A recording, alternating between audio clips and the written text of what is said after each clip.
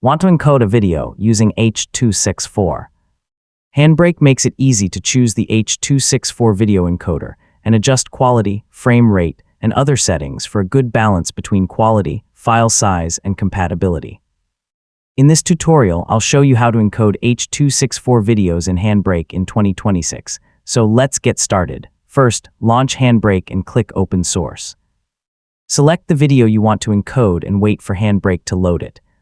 Before changing the settings, check the original resolution, frame rate, and file size.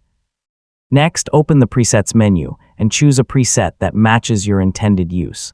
A general-purpose preset is a good starting point if you're not sure which settings to choose. Yeah, a preset can handle many of the basic settings for you while still letting you make changes later. Now open the Video tab and find the Video Encoder option. Select an H.264 encoder, such as H.264 software encoding, if it's available in your version of HandBrake. I mean, H.264 is widely supported, so it's a useful choice when compatibility across different devices and players is important. Next, review the quality setting and frame rate. Constant quality is usually a convenient way to control the balance between visual quality and file size. Take a moment to keep the frame rate consistent with the source unless you have a specific reason to change it. Now review the Audio tab and make sure the audio track and codec you want are selected. Then choose your output format and destination. Give the file a clear name and make sure you have enough storage space for the encoded video.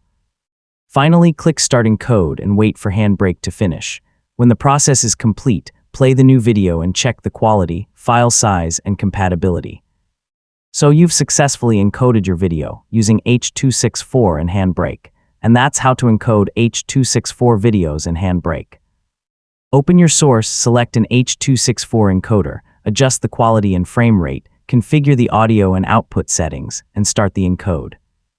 I mean, once you find settings that work for your videos, you can reuse them for future projects. Thanks for watching, and I'll see you in the next tutorial.